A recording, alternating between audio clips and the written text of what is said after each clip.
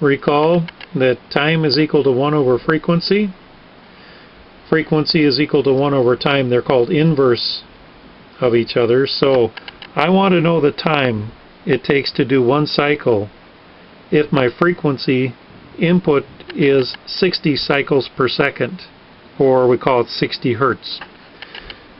So if I want to know the time it takes to do one cycle, all I do is take the inverse of the frequency. And you can see that it takes 0.01666666.